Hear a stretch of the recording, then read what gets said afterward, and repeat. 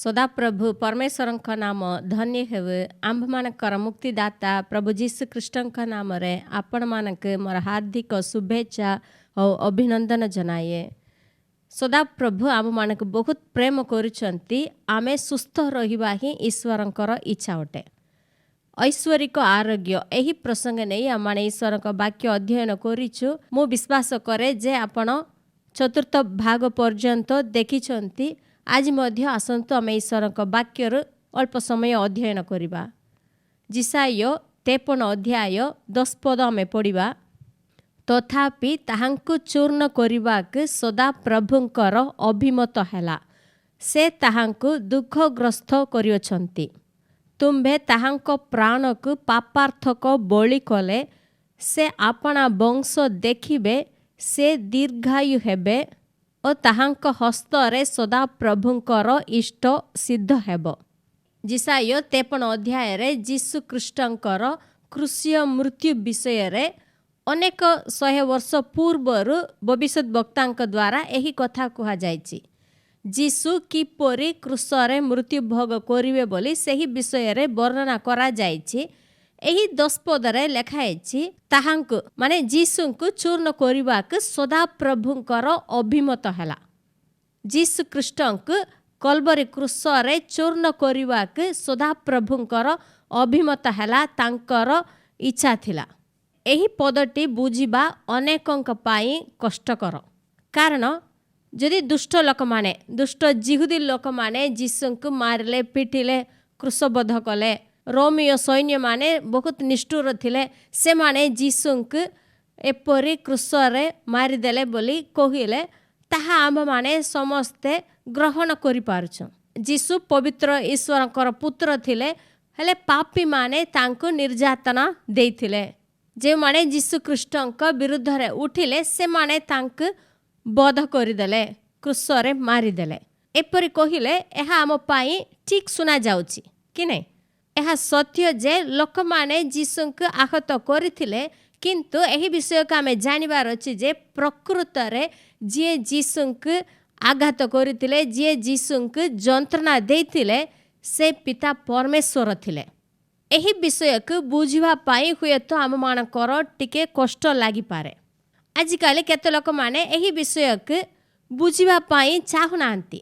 Modern theology ବୋଲି ଯାହା କହୁଛନ୍ତି, ଆଧୁନିକ ଧର୍ମଶାସ୍ତ୍ରରେ ସେମାନେ ଏହି ବିଷୟକୁ ଯୀଶୁ ଖ୍ରୀଷ୍ଟଙ୍କର କ୍ରୁଶୀୟ ମୃତ୍ୟୁ ନହେଲେ କ୍ରୁଶର ଶିକ୍ଷାକୁ ସେମାନେ ଏଡ଼ାଇ ଦିଅନ୍ତି।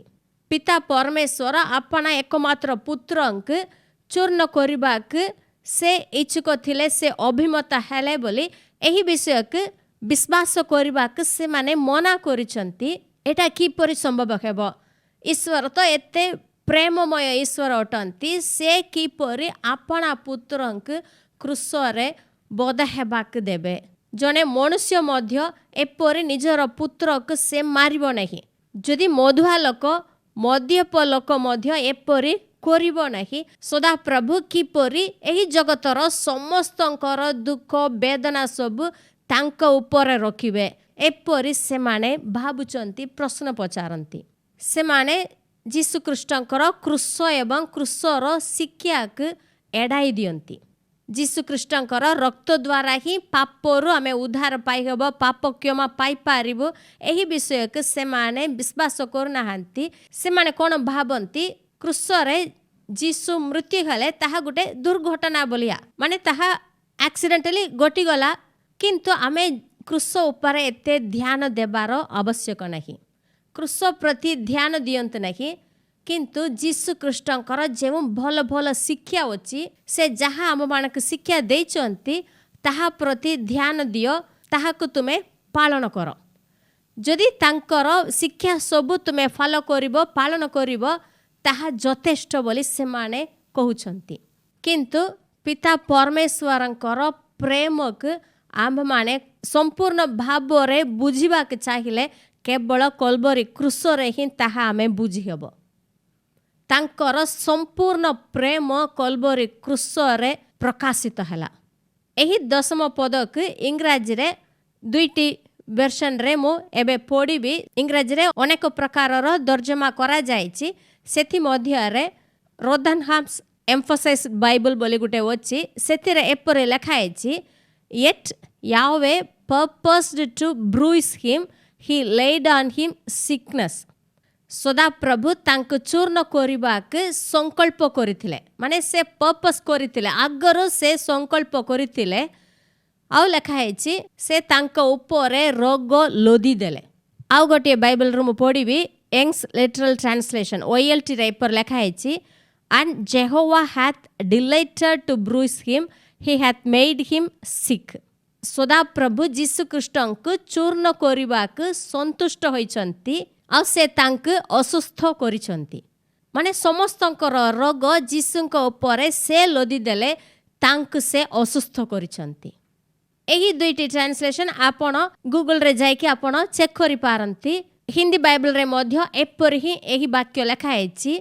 हिंदी रे में पढ़िबा तब भी यहोवा को यही भाया कि उसे कुचले उसी ने उसको रोगी कर दिया सदा प्रभु भल पाइले तांकर पसंद हैला जीसुंक चूर्ण करिबाके तांकर पसंद हैला तांकर आनंद हैला एहा किपरि संभव हैला जने बापा निजर पुओ उपरे रोग लोदिबो कि ताको असुस्थ करि पारिबो कि नहीं एही विषय के टिके आपण कल्पना करी देखंत आपणकर मन आखिरे आपणकर भीतर आखिरे एहाको आनंद सदा प्रभु परमेश्वर आपणा पुत्रंक असुस्थ करिसंती एही जगत रे जेते लोक बंचिथिले एबे बंचुचंती आउरी मध्य जन्म हेबे समस्तंकर मानव जाति समस्तंकर समस्त रोग जीसुंक ऊपर आसिला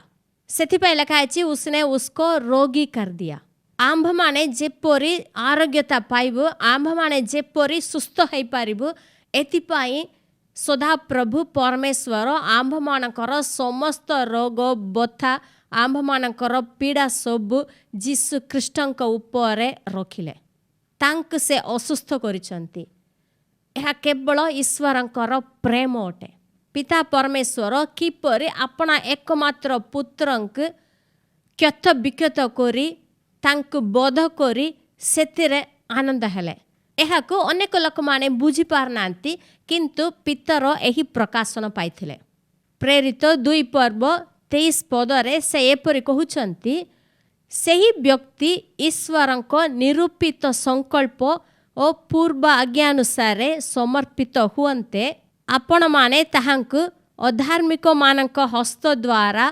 क्रूसारोपण करी बोध करिथिले जीशु ख्रीष्टंकर पुनरुत्थान परे पितर एही कथा कहउचंती प्रेरित 2 अध्याय रे शिष्य माने पवित्र आत्माकर शक्ति प्राप्त हेले तापरे से उठी जीशुंक विषय रे प्रचार करुचंती एते दिन जेउ पितर डोरी जाइथिले सही पितर एबे कहउचंती से व्यक्ति माने जीसु ईश्वरंक निरूपित संकल्प ओ पूर्व आज्ञानुसार समर्पित हेले से कोन कहउचंती तुम्भा माने जीसु ख्रीष्टंक बध कल क्रूसारोपण करिथिलो किंतु ताहा तुमर इच्छा अनुसार तुमे करिनहो ईश्वरंक निरूपित संकल्प अनुसार ताहा घटिछि माने ताहार अर्थ कोन जहा सब क्रूसरे घटिछि ताहा सब ईश्वरंकर कल्पना अटे तांकर योजना अटे तांकर योजना अनुसार एहा सब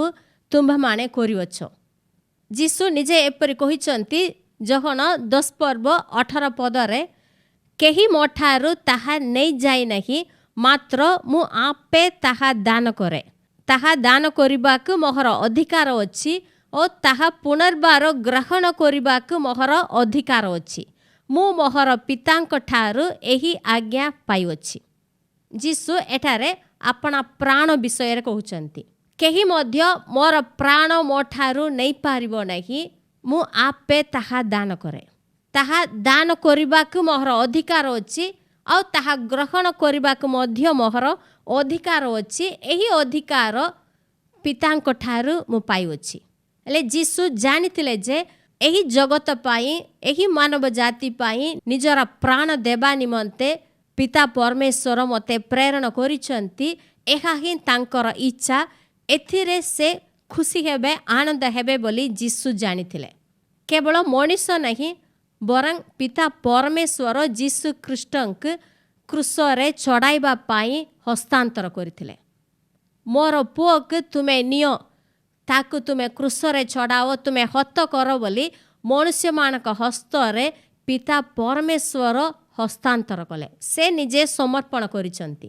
ଯୀଶୁଖ୍ରୀଷ୍ଟଙ୍କର କ୍ରୁଶୀୟ ମୃତ୍ୟୁ ପିତା ପରମେଶ୍ୱରଙ୍କର ଯୋଜନା ଆଉ ତାଙ୍କର ଜ୍ଞାନର କାର୍ଯ୍ୟ ଅଟେ। ସେଥିପାଇଁ ଲେଖା ହେଇଛି ରୋମିଓ 8:32 ଯେ ଆପଣା ପୁତ୍ରଙ୍କୁ ସୁଦ୍ଧା ରକ୍ଷା କଲେ ନାହିଁ, ମାତ୍ର ଆମ୍ଭ ସମସ୍ତଙ୍କ ନିମନ୍ତେ ତାହାଙ୍କୁ ସମର୍ପଣ କଲେ, ସେ କିପରି ତାହାଙ୍କ ସହିତ ମଧ୍ୟ ସମସ୍ତ ବିଷୟ ଆମ୍ଭମାନଙ୍କୁ ଅନୁଗ୍ରହରେ ଦାନ ନ କରିବେ। ପ୍ରେରିତ ପାଉଲ ମଧ୍ୟ ଏହି ସତ୍ୟକୁ ଜାଣିଥିଲେ। ସେଥିପାଇଁ ସେ କହୁଛନ୍ତି ପିତା ପରମେଶ୍ୱର ଆପଣା ପୁତ୍ରଙ୍କୁ ସୁଦ୍ଧା ସେ ରଖିଲେ ନାହିଁ। ଏଇଟା ମୋର ପୁତ୍ର, ମୁଁ ତାକୁ ଦେବି ନାହିଁ ବୋଲି ତାଙ୍କୁ ରକ୍ଷା କରି ତାଙ୍କୁ ଆପଣା ସହିତ ରଖିଲେ ନାହିଁ, ମାତ୍ର ଆମ ସମସ୍ତଙ୍କ ପାଇଁ ତାହାଙ୍କୁ ସମର୍ପଣ କଲେ। ସେହି ସଦାପ୍ରଭୁ କିପରି ତାହାଙ୍କ ସହିତ ମାନେ ଯୀଶୁଙ୍କ ସହିତ ସମସ୍ତ ବିଷୟ ଆମ୍ଭମାନଙ୍କ ନିମନ୍ତେ ଅନୁଗ୍ରହରେ ଦାନ ନ କରିବେ, ନିଶ୍ଚୟ ସେ ଦାନ କରିବେ। ଯଦି ସଦାପ୍ରଭୁ ଆମ୍ଭମାନଙ୍କ ନିମନ୍ତେ ଆପଣା ବହୁମୂଲ୍ୟ ବସ୍ତୁକୁ ଯୀଶୁଖ୍ରୀଷ୍ଟଙ୍କୁ ନିଜର ପୁତ୍ରଙ୍କୁ ଦାନ କରିଛନ୍ତି, ତେବେ ସେ ନିଶ୍ଚୟ ଆମ୍ଭମାନଙ୍କ ପାଇଁ ସମସ୍ତ ମଙ୍ଗଳ ବିଷୟ ଅନୁଗ୍ରହରେ ଦାନ କରିବେ। ସମସ୍ତ ବିଷୟ କହିଲେ ଆରୋଗ୍ୟ ମଧ୍ୟ ସେଥିରେ ଅଛି। ସେ କିପରି ଆମ୍ଭମାନଙ୍କୁ ଉତ୍ତମ ସ୍ୱାସ୍ଥ୍ୟ ଦାନ କରିବେ ନାହିଁ, ସେ କିପରି ଆପଣଙ୍କୁ ଆରୋଗ୍ୟ କରିବେ ନାହିଁ। ଯଦି ସଦାପ୍ରଭୁ ଆପଣଙ୍କୁ ବହୁତ ଭଲ ପାଉଛନ୍ତି, ସେଥିପାଇଁ ନିଜର ପୁତ୍ରଙ୍କୁ ଆପଣଙ୍କ ନିମନ୍ତେ ଦାନ ଦେଇଛନ୍ତି, ତେବେ ସେ କିପରି ଆପଣଙ୍କୁ ସୁସ୍ଥ କରିବେ ନାହିଁ? ନିଶ୍ଚୟ ସେ ଆପଣଙ୍କୁ ସୁସ୍ଥ କରିବେ। ଆପଣଙ୍କୁ ସୁସ୍ଥ କରିବା ହିଁ ଈଶ୍ୱରଙ୍କର ଇଚ୍ଛା ଅଟେ। ହେଲେ ଏହି ପ୍ରକାରର ପଦଗୁଡ଼ିକ ଆମର ବିଶ୍ୱାସକୁ ବଡ଼ କରିବାକୁ, ଦୃଢ଼ କରିବାକୁ ପ୍ରେରଣା ଦିଏ। କେତେବେଳେ ଆମେ ଈଶ୍ୱରଙ୍କ ଠାରୁ ବଡ଼ ବଡ଼ ବିଷୟ ମାଗିବାକୁ ସଂକୋଚ କରୁ। ଏଇଟା ମୁଁ ଈଶ୍ୱରଙ୍କ ଠାରୁ ମାଗିବି ବୋଲି ଭାବିଲେ ଆମର ମନ କହିବ ସେ କିପରି ତୁମକୁ ଦେବେ, ଈଶ୍ୱର କ'ଣ ତୁମକୁ ଦେବେ କି ବୋଲି ଆମର ମନ କହିବ।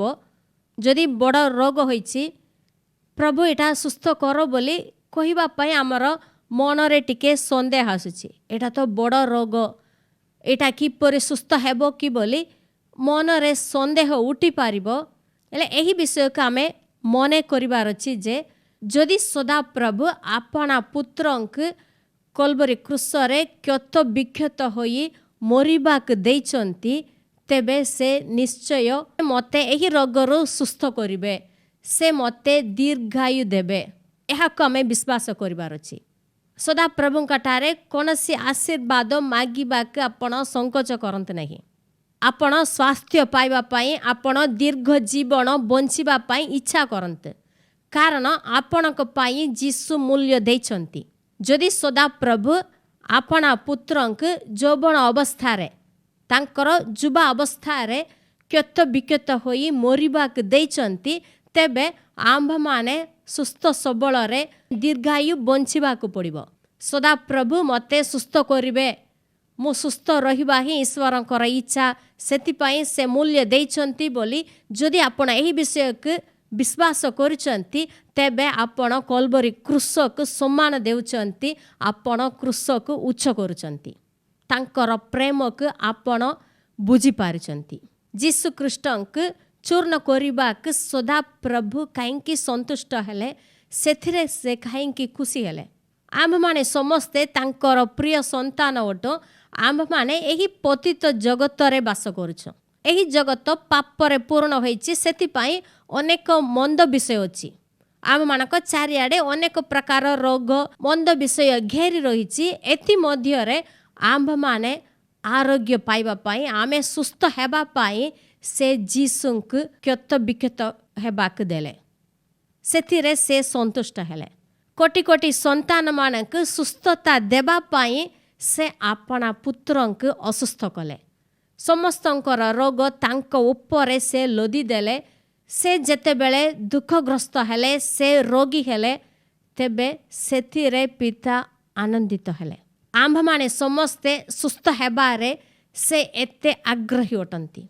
जेतेबेले आपण कल्वरी क्रूसक देखिबे आपणकर विश्वास लागिबो से मोर रोग सब बहन करिसंती सेथिपाई मु सुस्थता पाइबी।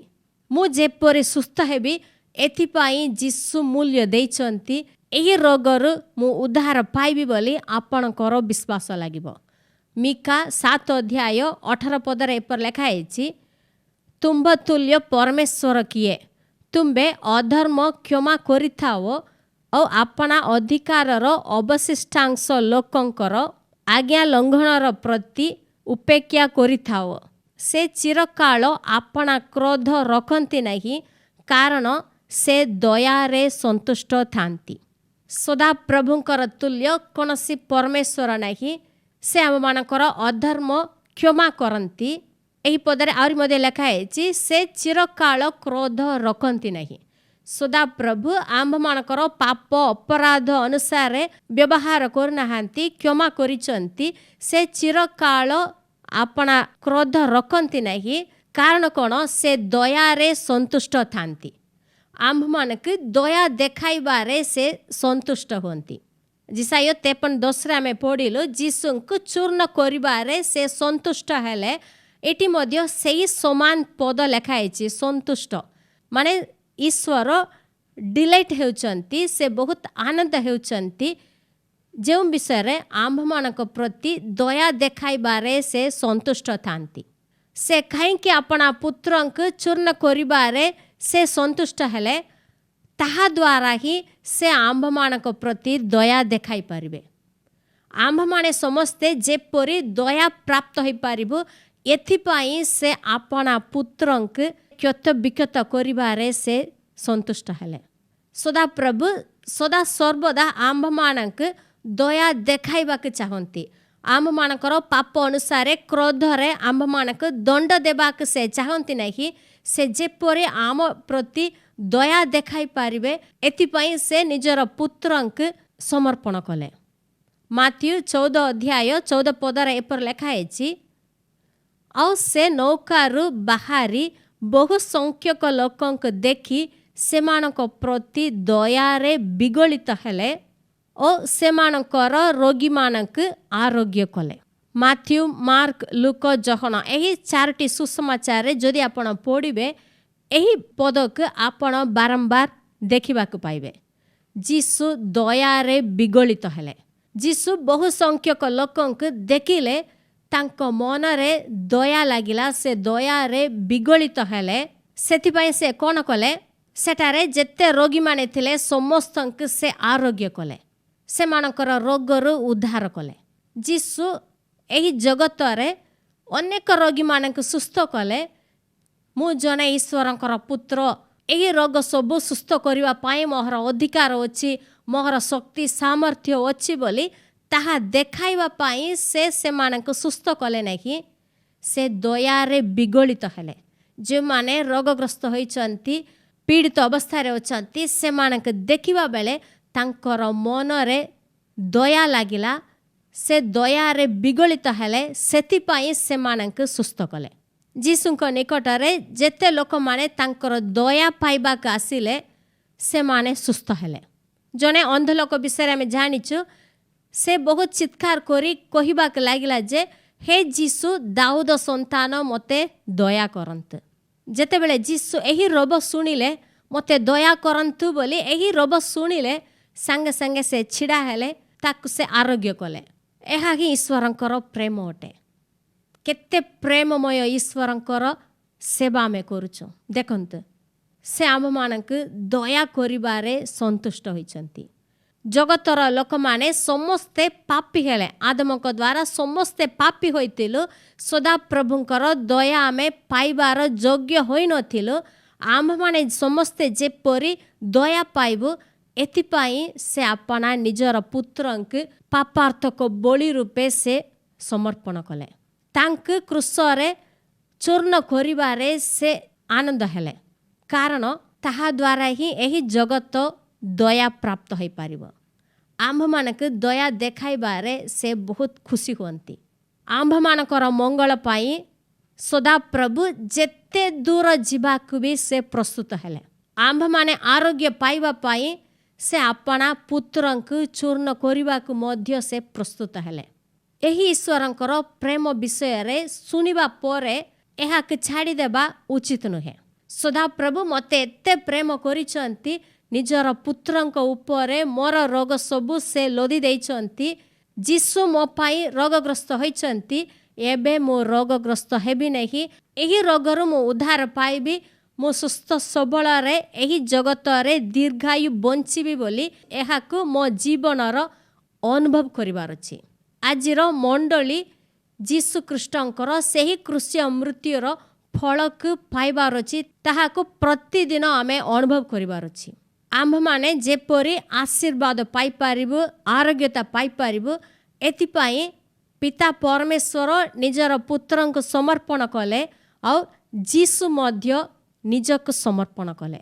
जिसाय 53 अध्याय 6 पद में पढ़िबा आम्भमाने समस्ते मेषगण तुल्य विपथगामी होइथिलु।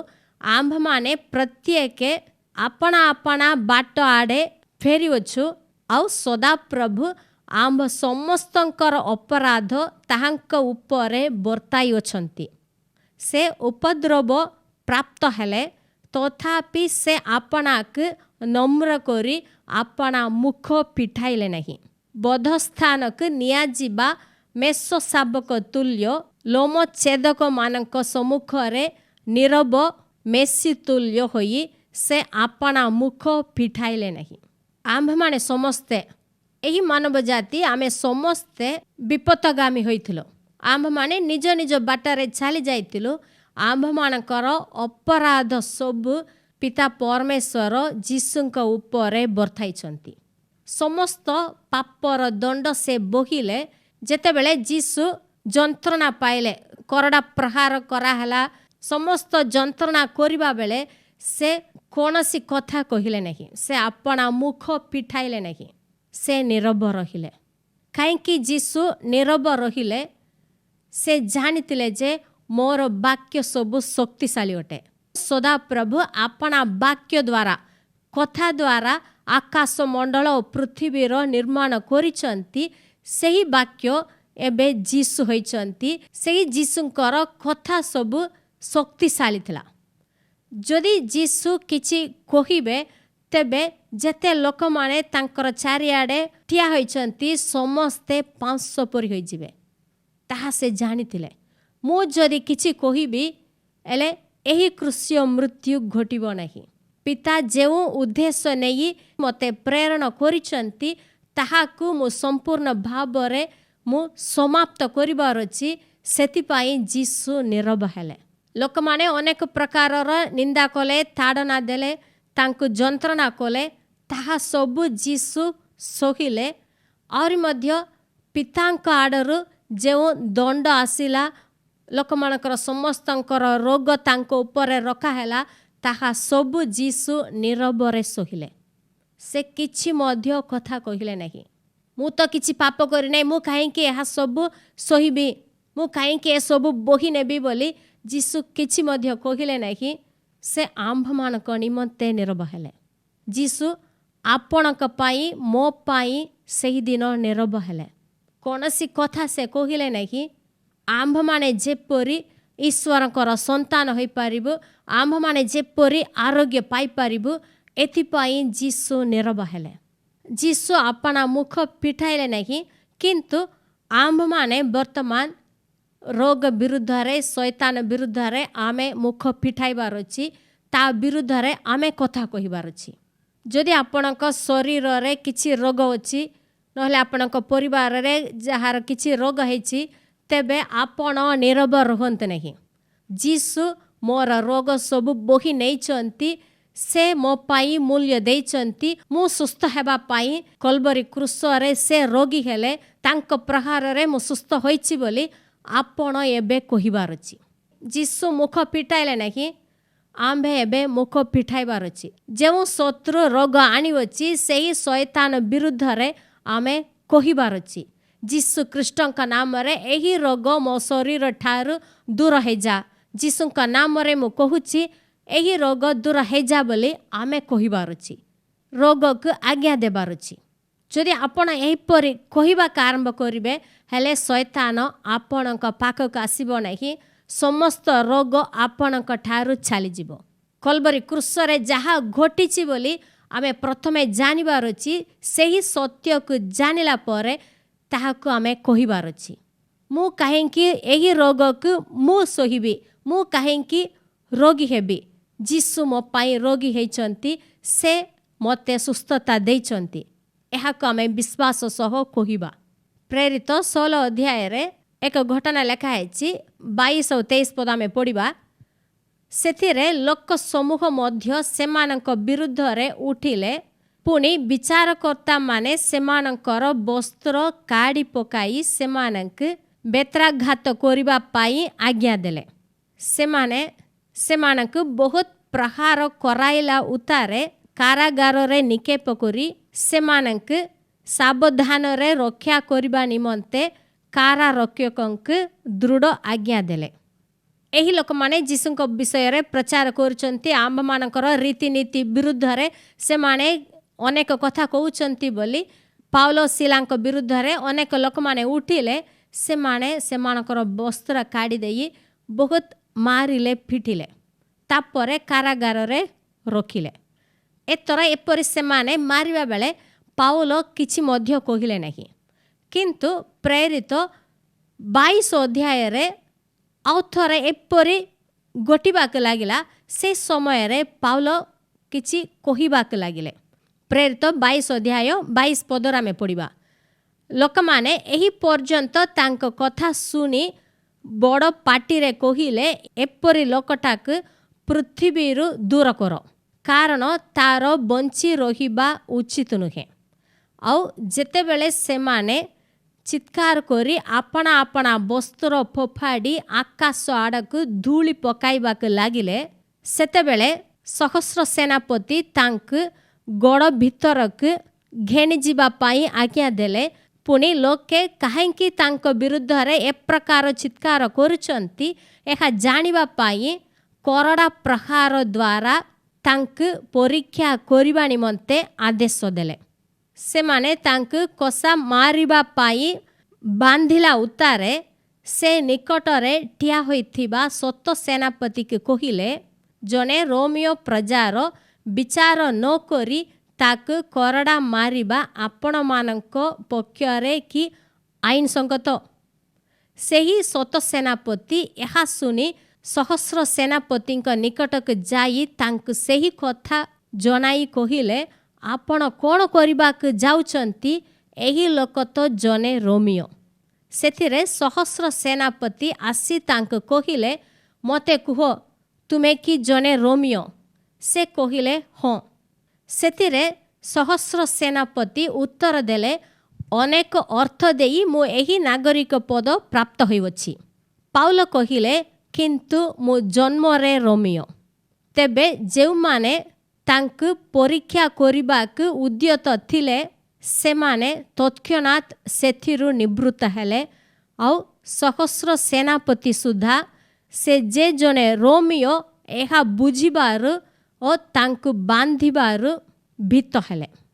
ଏଠାରେ ପ୍ରେରିତ ପାଉଲ ଆପଣା ଜୀବନରୁ ଅନେକ କଥା କହୁଛନ୍ତି।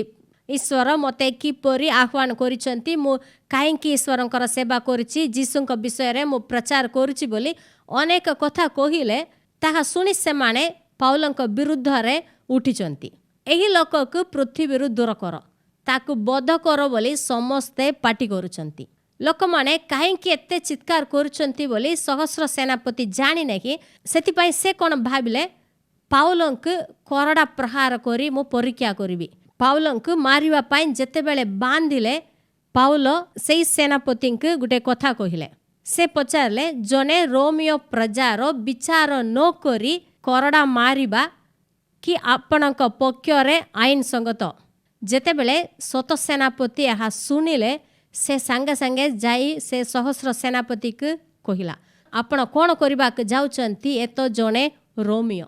କାରଣ ଜଣେ ରୋମିଓ ନାଗରିକ ହେଲେ ତାକୁ विचार न करी एपरी करड़ा प्रहार कले ताहा बहुत दंडनीय विषय अटे हेले सही सेनापति मानक ताहा बहुत दंड आनिबो सेतिपाई से माने डरी गले से सहस्र सेनापति आसी पचारले तुमे कौन रोमियो पाउलो हाँ कहले ले से सहस्र सेनापति कहले बहुत पैसा देकी अर्थ देई मु एही नागरिकता मु पाई अछि तेबे पाउलो कहउचंती मु जन्मरु रोमियो माने तार अर्थ कौन मोर बापा एही नागरिकता पाइचंती से रोमियो नागरिक सेतिपाई मु जन्मरु रोमियो जेतेबेले एही कथा के से सुनिले जे माने बांधिले जे माने मारिबा के आदेश देले से माने भीत हेले जदि पाउलो एही कथा कहि न थान्ते तेबे से दिन मध्य पाउलोंक करड़ा मारि थान्ते सेही गुटे कथा रे